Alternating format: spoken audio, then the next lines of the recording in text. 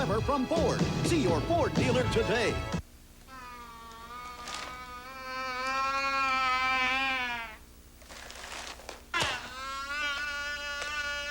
If you're using newspapers to hit the Twin Cities market, you'll miss the mark more than half of the time.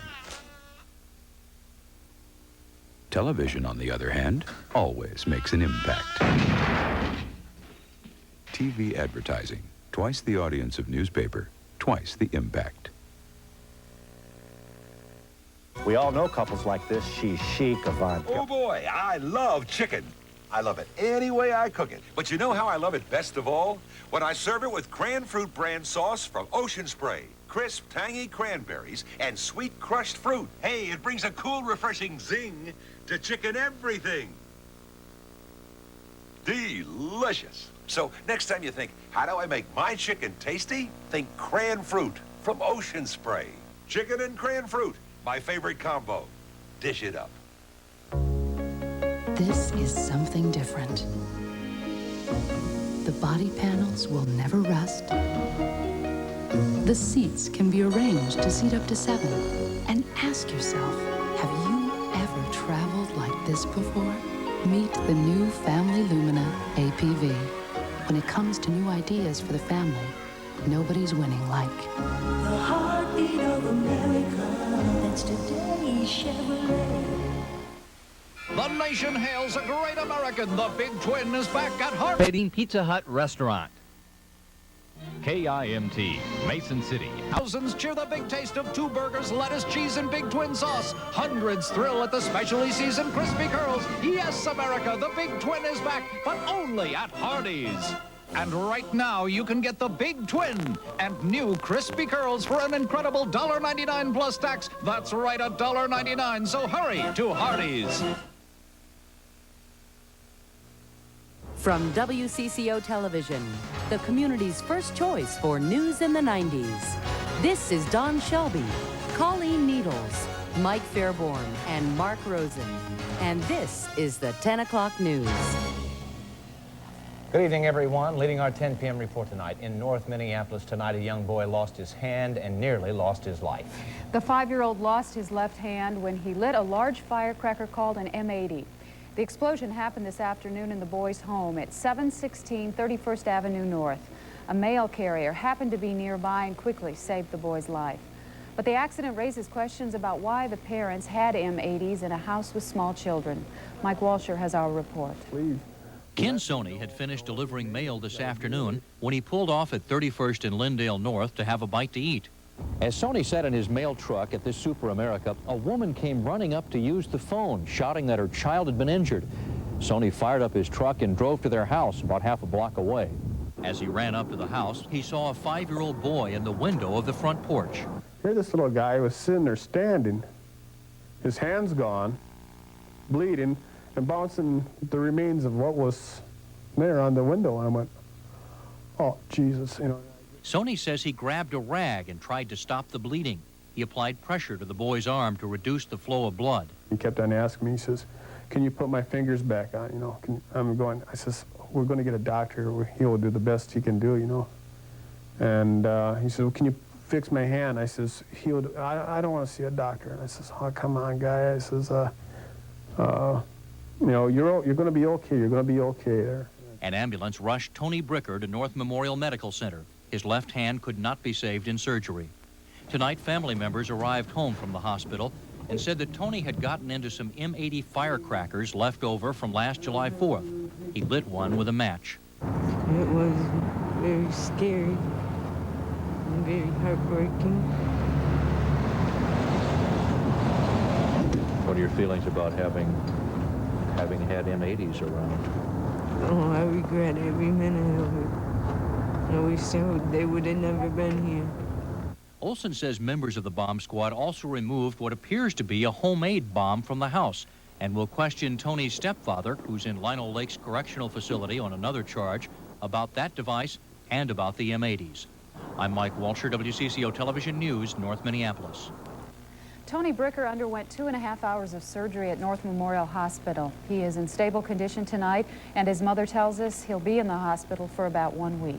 By this time tomorrow night, the Hennepin County garbage burner incinerator will be running at half capacity. The concern is about the mercury being emitted by the incinerator. Pollution experts are running tests on the air around the plant. The facility is licensed to allow 2 pounds of mercury in the air each day, but readings last month averaged about 4 pounds a day. And some say it's possible the readings were a fluke due to a testing error, or as Alan Cox reports, it may be a sign of a long-term concern.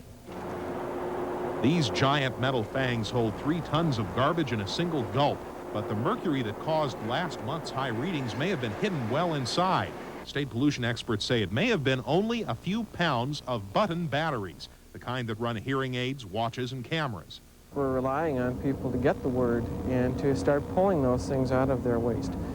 Again tomorrow, technicians will climb to the 75-foot level of the smokestacks to take measurements of exhaust. Results are due Thursday or Friday.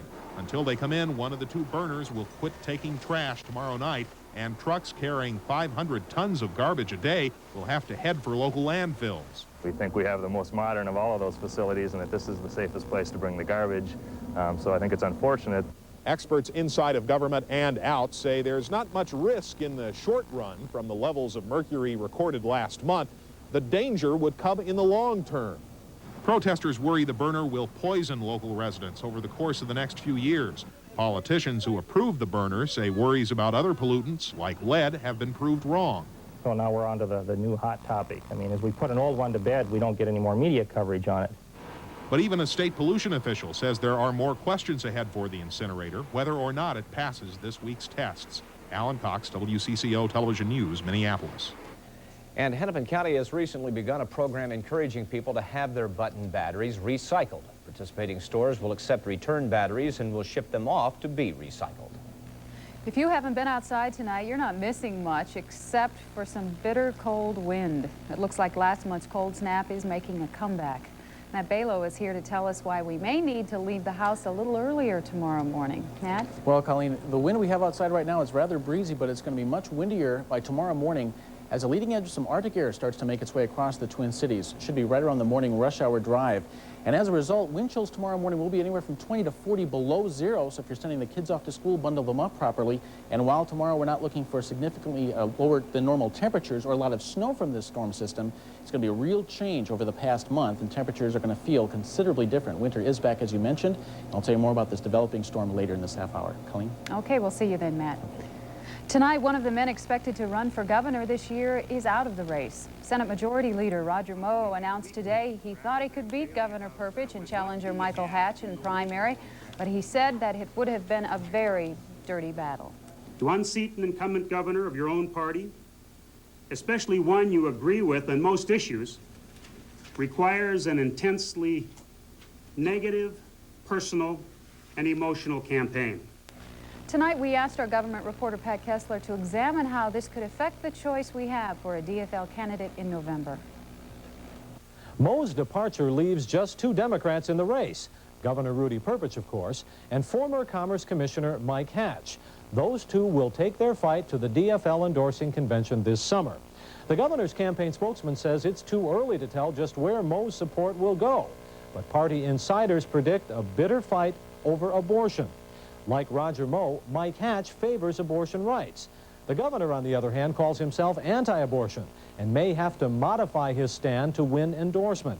Meanwhile, Democrats are nervous about the governor's low approval rating in a WCCO Pioneer Press Dispatch poll, which also found 62% of Minnesotans don't want Perpich to run again. As for Moe, well, he refused today to endorse Perpich, nor would he rule out jumping back in the race if Perpich quits. Pat Kessler, WCCO Television News. Moe says his decision not to run for governor gives him more freedom to disagree with Governor Perpich during the 1990 legislative session without critics charging that he's playing politics. Now in national and world news, the nation's budget for fiscal 1991 is out, and among the losers in the Bush administration budget proposal, farm programs, daycare, and the school lunch program, they'd all be cut under the plan. Winners include the space program, the war on drugs, programs to plant more trees, rejuvenation of the Head Start program, and help to research AIDS. The blue-bound budget released today weighs 5 pounds and contains plans to spend $1.2 trillion. Tomorrow, the trial of the captain of the Exxon Valdez will continue. You may remember the ship ran aground March 24th last year, spilling 11 million gallons of oil. And the man who ruled East Germany for 18 years now faces a charge of treason. Erich Honecker and 3 members of his Politburo will go on trial in March. Ellie. Tonight, there are questions about corruption in Minnesota's charitable gambling businesses. At a hearing today, state lawmakers learned that few of the proceeds from pull tabs and other forms of charitable gambling really go to help charities. Charitable gambling is a nearly $1 billion a year industry in Minnesota, but according to a 1988 audit, only a fraction of the money goes to help others. There has been a failure on the part of the state to oversee gambling effectively. According to the audit, only 9% of the money goes to charitable groups. 21% goes to help government agencies such as fire and police departments and schools. 25% goes to the organizations that run the games to pay for building space, administrative help, and taxes. The audit also discovered $4 million in gambling profits missing. Auditor Noble says the state should set up a program to audit all gambling operations and that it should make license renewal contingent on a satisfactory review of the gambling organization. What's being called the School of Tomorrow officially opened today, even though class has been in session since last fall. While that information may sound a bit confusing, what is clear is the goal of St. Paul's Saturn School, a high-tech environment that allows more individual attention for the 162 students at the experimental school. A desktop computer keyboard is used to type answers by all the students simultaneously. Old films have been replaced by video discs. Size is its most obvious feature. Even small whales are big compared with most land animals. Anybody recognize that voice? They say that's Johnny Carson narrating the whale video for the Saturn School. Sounded a bit like him. Just a bit like him. Well, still ahead, students and parents at another school are trying a bit of magic. After weather, see how they're trying to change soup labels into a school bus. And then in sports, see the Timberwolves' royal welcome for the Sacramento Kings. Then next in Dimension, the unwelcome increase in juvenile crime.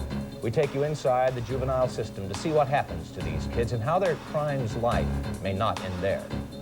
This is the 10 o'clock news on Channel 4.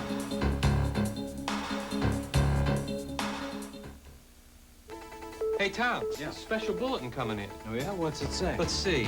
One-pass surface blend offers big benefits over two-pass incorporation. Preserves soil moisture. Yeah. Saves topsoil, reduces compaction. This is great.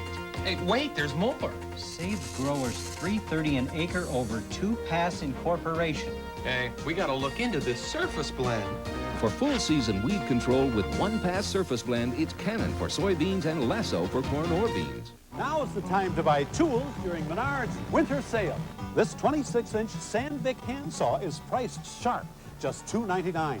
Lufkin's 25-foot tape measure is just $6.66. Pick up the power of this Black & Decker drill kit, only $19.99 after rebate. Dremel's 16-inch scroll saw is a cut above the rest, just $159.99. It's a tool-rific sale at Menards. Save big money at Menards.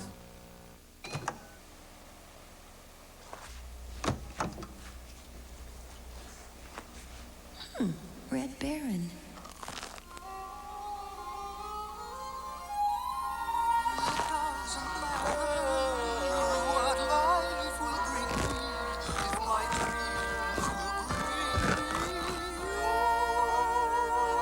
Bring the Baron home tonight. Red Baron Pizza microwave singles. Why settle for some boring, boxy family van? The incredible all-new 1990 Pontiac Transport van has arrived at your Pontiac Excitement dealers. Compare Transport's design, featuring revolutionary impact-resistant Endura body panels that resist dents and scratches. And compare Transport SE's value. It's sticker priced over $6,000 less than Chrysler's Town and Country van. And Pontiac guarantees excitement. Room for the family. Pontiac Excitement style. Test drive Transport at your Pontiac Excitement dealers now.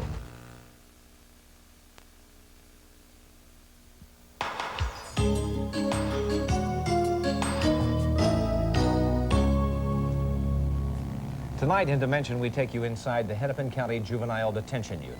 The center is a clearinghouse and a holding tank for any criminal suspect under the age of 18.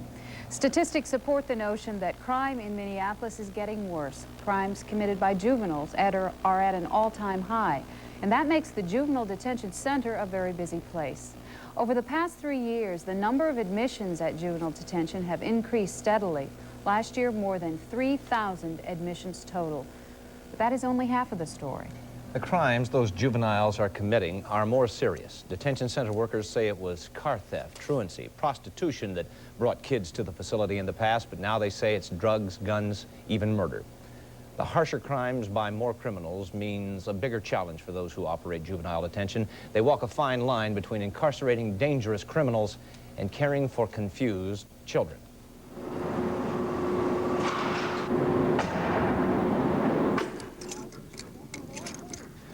Have you take everything out of your pockets? You want to turn around with your hands against the wall? Anytime police arrest a juvenile anywhere in Hennepin County, they bring them here. You're going to get a pair of hospital scrubs. Everybody wears them. Everybody looks the same. What is most striking about the detention center is its dreary visual monotony. Each room in the building looks like all the others. Each detainee, boy or girl, shoplifter or rapist, is processed like all the others. We've got an assault, a stolen vehicle, and another auto theft, narcotics, which is real common, narcotics and weapons. The different offenses are lumped together. Kids are separated only by age and sex. The center has 5 holding areas, all of them identically laid out. No barred windows, no heavily armed guards, but locks on every door and 2-way monitors in every room. Yes. Lights out. Please. Please. Thank you. Thank you. Kids in detention spend only a few hours of the day locked in their narrow rooms. They have 2 hours of school instruction per day. They usually have at least 2 recreation periods. But there's still plenty of time spent doing nothing at all. Left to themselves, disturbed and lonely kids are at high risk of suicide. In fact, the bare walls, high ceilings, and constant surveillance are all aimed at suicide prevention. Used to be the chief function of security was preventing the juveniles from hurting themselves. But within the past 4 or 5 years, things have changed. The crimes are a lot more violent, and their attitude when they come in, too, is a lot more, they seem more calloused. Gentlemen, just to remember to keep your hands and stuff off the buttons in the elevator and off of the stuff in the hallway. The guards at the center say there's been a growing number of assaults on employees, but most of the time they say you won't see these kids acting mean or acting scared. About 2/3 of them have been here before. Some will spend most of their teenage years in some kind of detention. Glenn Green has been here 8 times since he was 13. Now he's 17. 2 weeks ago, he pleaded guilty to committing murder during the course of a robbery. When you do crime, it takes, if you're a teenager, you don't want to rob your teenage years away, but it was too late for me. I'd like to have everybody's attention, please. I should be the only person talking. No more than 3 to a table. It is not the purpose of juvenile detention to rescue kids like Glenn before it's too late. This is, after all, just a jail, a way station between arrest and trial or between conviction and sentencing. But that doesn't mean the people who work here see themselves as nothing more than jailers. We treat them with respect. We treat them kindly. We listen if they want to talk. When do your folks visit? You have special visiting time then? Mm-hmm. Jesse Licken shows an attitude found in many of the employees here, fully aware that he's dealing with dope pushers, rapists, sometimes murderers, but never forgetting that he's also dealing with children. If you looked at their crimes, you couldn't do the job. You lock them up and throw away the key. You just got to look at them as people and what they are now as opposed to what they did. All right, fellas, it's quiet time now. Get in your room, please don't talk. There were no heartwarming stories of children whose lives were turned around by the people they met in juvenile detention. And workers here say they don't expect those kind of stories. But their attitude can sometimes make this place, dreary and monotonous as it is, more of a home than some of these kids will ever find anyplace else. We hold them accountable, but we show them kindness and in some instances love, and that's a lot of times the only place they get that. And they say no one has any hard and fast answer to why juvenile crime is getting more frequent and more violent. But the people who work in the detention unit say the growth of teenage gangs has a lot to do with it. The gangs of organized drug dealing into a big money business. To protect that business, kids have no trouble getting weapons, and according to the workers, no hesitation about using them.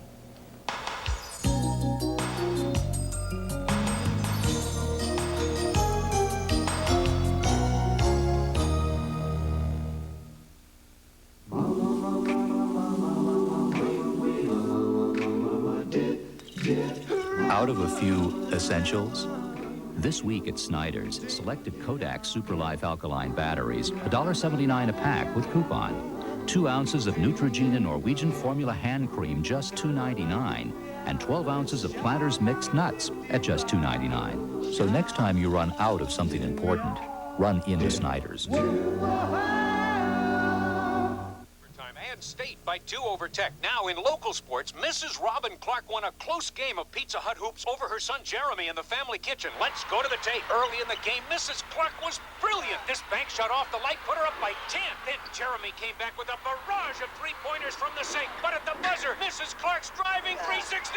Yes, left young Jeremy flat on the floor. Little one-on-one. While supplies last, pick up your Pizza Hut WCCO TV mini hoop at participating Pizza Hut restaurants. His parishioners are the unwanted children of America. In a city of few heroes, he stands as a beacon of hope, the priest to runaways. But there is a Judas among his flock. A former male prostitute has smeared a good man with ugly accusations. I felt like I was his personal prostitute. On Inside Edition, an exclusive interview with Father Ritter, the folk hero priest of Covenant House. Inside Edition, Monday night at 10:35 on Channel 4.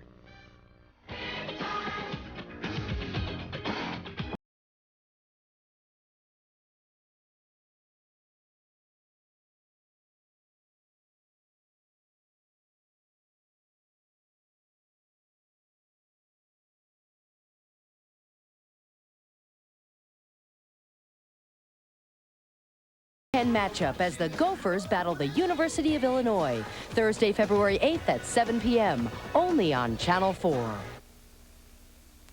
Well, it's about time. What is? Winter. Mike has the night off tonight, Mike Fairborn does, and I think he saw this forecast coming. So he left. Yes, he's no dummy. He knows not to give the bad news. But winter is on the way back, and tomorrow will be very, very different than today and this whole month has been. One last nice day. In fact, it's still pretty nice outside right now. We had a high today of 40 degrees. That is well above normal. The low this morning, 19. Temperatures that are about 19 degrees above where they should be. No rain or snow today, and currently it's cloudy and still 39. That's the temperature we had at 6 o'clock. We have a southwest wind at 17. The wind chill right now 20. That's tolerable, and the barometer is steady. We have a storm system that's making its way through the upper Midwest, and actually the center of the storm now is a little bit further up to the north than we were expecting, but the leading edge of that cold air is still on the way. Behind it, some strong gusty northwest winds, and once this front passes over us sometime tomorrow morning between 3 and 6 in the morning, we are looking for those strong northwest winds to stay with us through much of the day tomorrow. Right now there is an advisory for snow and blowing snow up in northwestern Minnesota, and over the northern half of South Dakota they have a wind chill advisory tonight for 30 to 50 below wind chills. Here's a look at the satellite loop over the past 24 hours, and although we had some sunshine early today, you can see that storm system rolling through Minnesota, and right now clouds cover much of the state. They're getting some clearing right now back in North Dakota, but where they're getting the clearing, they're getting the cold weather. Temperatures right now in the 20s, 30s, and even some 40s still over much of southern Minnesota. But back north to the northwest, 6 right now in Grand Forks, and it's only 9 degrees in Jamestown. That's where our weather is coming from. And where they have the cold weather, they've got the wind as well, and wind chills there are between 30 and 40 degrees below zero. So we are expecting to have those wind chills as early as tomorrow morning, and wind chills throughout much of the morning and the early afternoon should be below zero, so be sure to bundle up tomorrow again. Tomorrow is going to be very different than it has been all month. This storm system is not going to be a big weather maker as far as precipitation goes. We might get some flurries out of it. They have had some heavy snow back towards the northeast, between 4 and 9 inches of snow. That's where the real winter is right now out to the northeast, and some summer-like weather down in the southeast. Blythe, Georgia, had a tornado today, injured 6 people and damaged 7 mobile homes. And the next real chance for some snowfall here isn't going to be until Wednesday. Until that time, though, we're going to be in between storm systems, and we'll have some partial clearing by tomorrow afternoon. We will have some sunshine, but it's going to be very cold sunshine, and once again, those wind chills will be with us at least through the late afternoon. High temperatures tomorrow will occur early in the morning and we won't hit 40 degrees tomorrow. Temperatures are only going to be in the teens throughout much of central Minnesota. They won't get above 0 in parts of northwestern Minnesota, and it looks like the cold air is going to be with us for a while. The forecast then for the Twin Cities, cloudy and windy tonight, turning much colder after midnight. We'll have a chance of some flurries developing, an overnight low of 17 and a southwest wind at 10 to 20. That wind will shift out to the northwest when the front passes by, and tomorrow it'll be windy, much colder. A few morning flurries. We'll have some clearing by the afternoon, but a high of 17 early in the day, and then falling temperatures with those strong northwest winds. Throughout much of the day, they should let up a little bit in the afternoon. Then increasingly cloudy once again tomorrow night, and colder with a low of around 2 above. And for Wednesday, mostly cloudy, a chance of some light snow on the high right around 20. The period Thursday through Saturday is calling for another chance of snow on Friday, and temperatures to be in the single digits on Thursday, but rebounding to near normal by the weekend, which will be 20 and 0, and temperatures once again should be a lot colder. It'll be a real change from what we've had, so people won't be used to it. So how shall the children dress waiting on the bus in the morning? They should dress very warmly, bundle them up, because wind chills once again will be below 0, dangerously below 0. So anyone that's going to be outside tomorrow... No exposed skin. No, yes.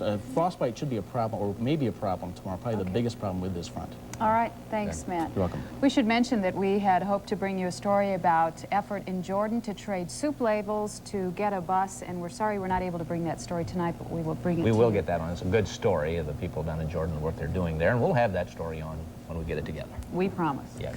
Well, up next in sports, a pair of stories about Minnesotans on ice. The North Stars take on Winnipeg at home. And quite a few Minnesotans find themselves still at home on the ice waiting for the fish to bite. A rec report coming up.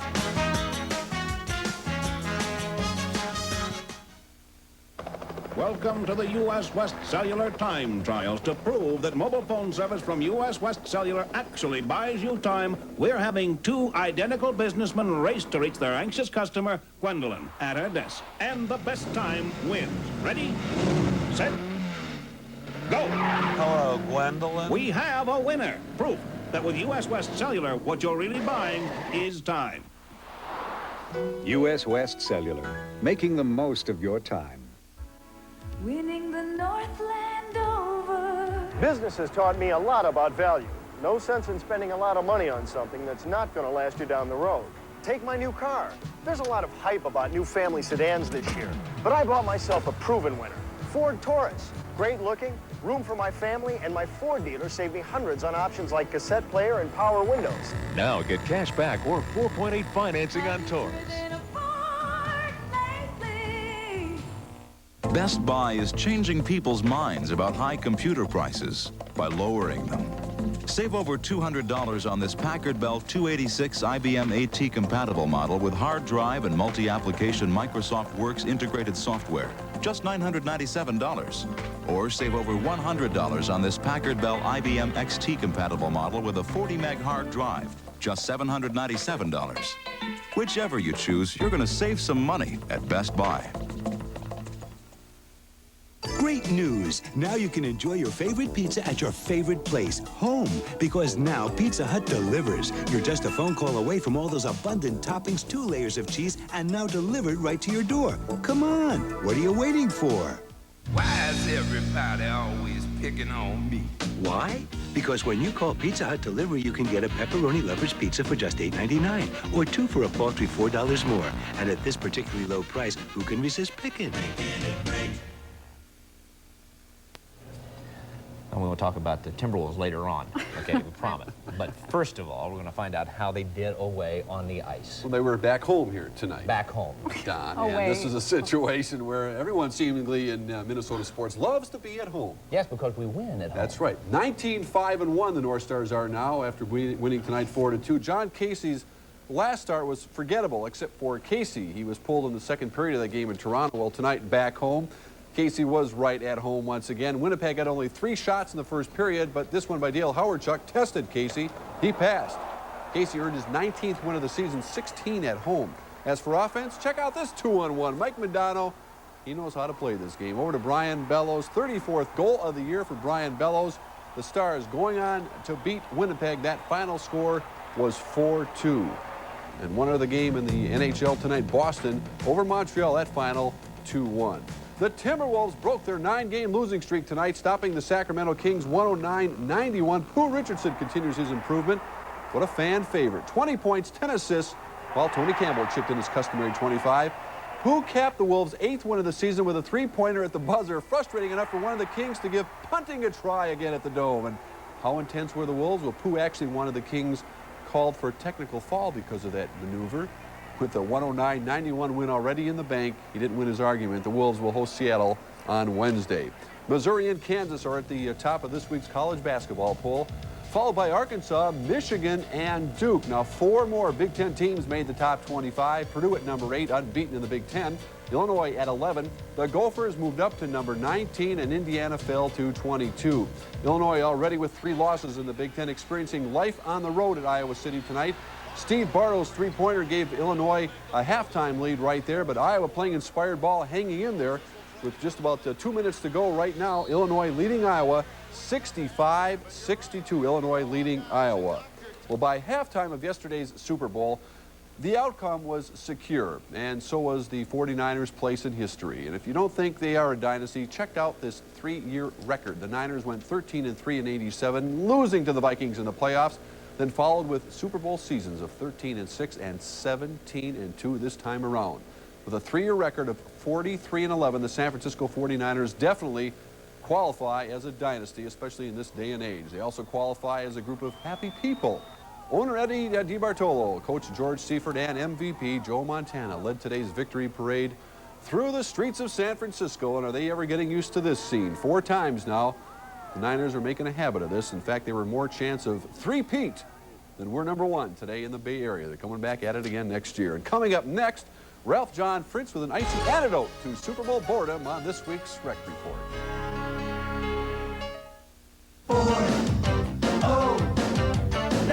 Formula 409 spray cleaner puts greasy dirt on the run before you start to wipe. 409 puts grease on the run.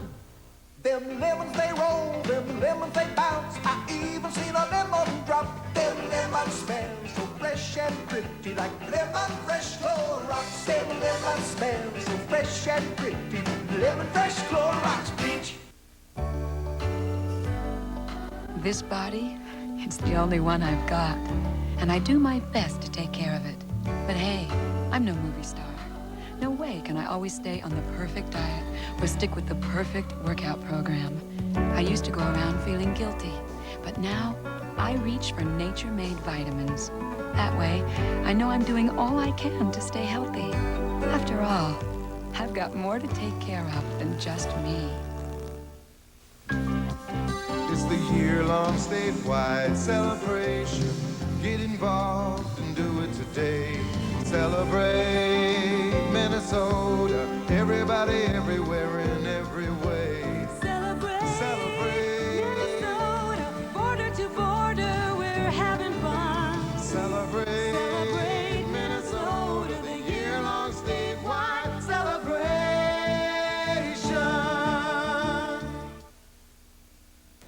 With Super Bowl 24 now 24 hours old, Ralph John Fritz takes time to reflect and look for something a little more exciting in this week's Rec Report. Roger Craig's 1-yard touchdown made it 55-10 for the 49ers over Denver and capped another boredom bowl. Fans had already found their way to the exits. Many in Minnesota didn't wait that long. Yes, there is more excitement to be found right here on our good old Minnesota lakes in late January. It totally relieves the stress. If you got a lot of stress, as far as I'm concerned, this is the way to get rid of it.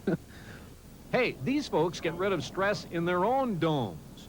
No high-test parking fees here. And out here, you get a better shake. It's a nice escape when there isn't a lot of other things to do in the winter, I guess, so you can make the best of it. But you could stay at home where it's nice and warm. Well, that gets old in a hurry, too. It got old in a big hurry yesterday. So what do you do to join this elite outdoors group? Simple.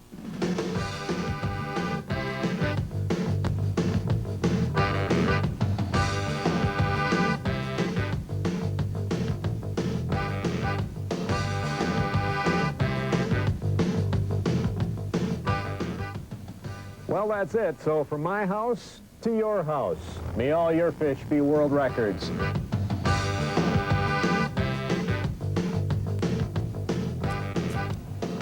Hey, How do listen, you do you're that? seen in public with this guy all the I time. know, Shall it's be a fishing shame. with I him. am so embarrassed about that. Besides, you can't ice fish in that house because there's not enough room for another person and a cribbage board. This is true. This is true. That's a how you ice prerequisite fish. with Ralph. That is how you ice fish with Ralph. All right, thank you very much. Okay. That'll do it for tonight. Thanks for joining us, everyone. Good night. Good night.